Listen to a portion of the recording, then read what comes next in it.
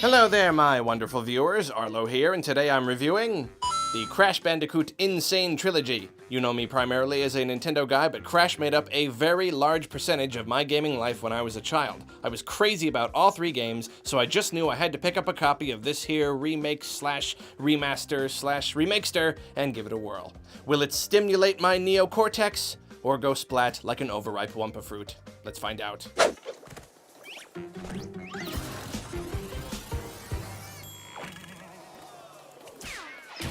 The Insane Trilogy includes all three original PS1 Crash games, and the visual assets have all been completely redone. The sets, the characters, the enemies, even the animations, all brand new. And I gotta say, it looks stinkin' spectacular. It straight up looks like a pre-rendered concept trailer of a Crash remake we would have seen years and years ago. I mean, I know there are games with better graphics out there, but something about how smooth and perfect everything is, and there's motion blur and the resolution is super high, for some reason it just feels unreal to play, like I'm playing a cutscene. In some cases, I feel like they even went above and beyond what we generally expect from this type of thing. I mean, look at this. Look at that background. If I'd never heard of Crash Bandicoot before, I'd be hard-pressed to tell you how old it was by looking at this. While the visuals might have gotten an overhaul, the gameplay is basically identical, and I was really surprised by just how naturally I fell back into it after all these years. Crash is one of those rare series that I haven't picked up even one time since playing as a kid, so we're talking 2017, 19, nearly 20 years. Oh my gosh, I'm old. Please excuse me while I have a pre-midlife crisis.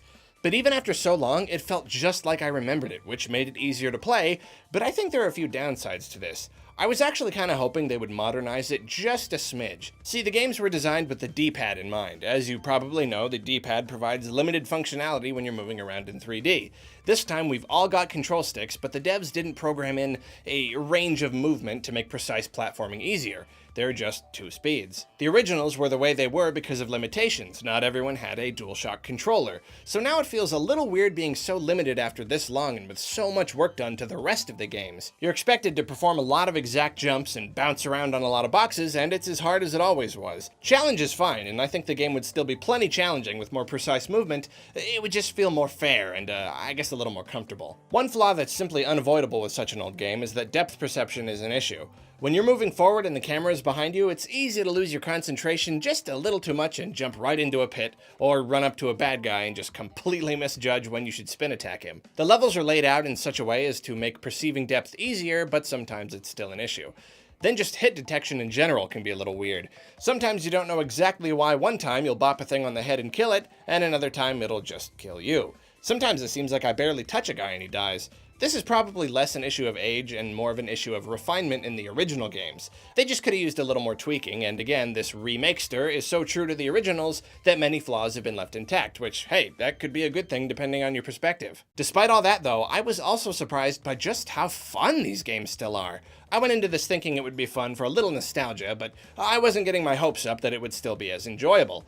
I mean, Crash Bandicoot was 3D gaming in its infancy. Super Mario 64 was the first 3D platformer I played, but before that I remember looking at my friend's strategy guide for the first Crash and seeing the 3D models and being like, what trickery is this? But nope, I pretty much immediately found myself having a ton of fun. For the most part, these are just well-designed games. If Super Mario 64 kicked down the door into full 3D worlds, Crash eased it open. It was a much more subtle transition. The levels are largely linear, though there are some branching paths, and it frequently switches between 3D sections and more traditional 2D ones.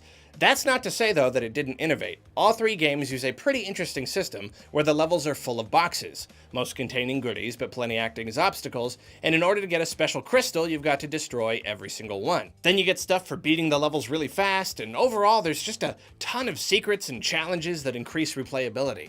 I remember spending ages combing through the levels and working everything out with my friends and excitedly telling each other whenever one of us found a new secret. Then there's more subtle stuff, like how if you spin into a Wumpa fruit, it'll fly away and you'll lose it, so you gotta be careful. Hitting dudes and having them fly off and hit stuff further down the path is still a pretty neat idea. Then the games do really interesting stuff design-wise with the boxes and play on your relationship with them. They're a collectible, but they're also used for platforming, and some will kill you, and some have to be broken in the right order, or else you'll miss some. There's clearly a lot of thought put into these levels. Earlier I told you how the animations and cutscenes were redone for the games, and this is a bigger deal than it would be for a lot of other titles from the time. Considering they were on PS1, it's kind of impressive just how much effort was put into them as far as this goes. All characters are fully voiced and animated, and in the second and third games, they're always popping up and talking to you. There's a whole story and some fun humor thrown in. It's just obvious that Naughty Dog cared an awful lot about making the games fun in every way possible, as even now, it's rare to find something similar with such high production values, with so much love put into the voices and the characters. One other thing Crash has going for him is variety of gameplay, and this is particularly true in the third game. Sometimes you're riding an animal, or one of multiple vehicles, or running toward the screen away from some giant thing or another. As we all know is usually the case with this kind of thing, the variety keeps the games interesting, but means there are varied levels of enjoyment as well. Most of the time, these extra bits are fun and exciting, but there are a few that just aren't of the same quality. Usually it comes down to the controls being a little fiddly. There's not much else to say about this collection. If you were crazy about the PS1 classics and want to play them with gorgeous new graphics, then this is a no-brainer, as you couldn't possibly ask for a more faithful remake string. And even if you're a newcomer and you love you some platformers with lots of secrets and collectibles, you'd be doing yourself a disservice if you didn't give Crash a try. For $40, you get 3 games and over 100 levels, each with a ton of replayability and spanning a huge number of environments and gameplay styles. Sounds like a darn tootin' good deal to me. I give the Crash Bandicoot Insane Trilogy a 6 out of 7. Thank you so much for watching, my friends. Stay tuned for more reviews. Be sure to drink enough water, and I will see you later.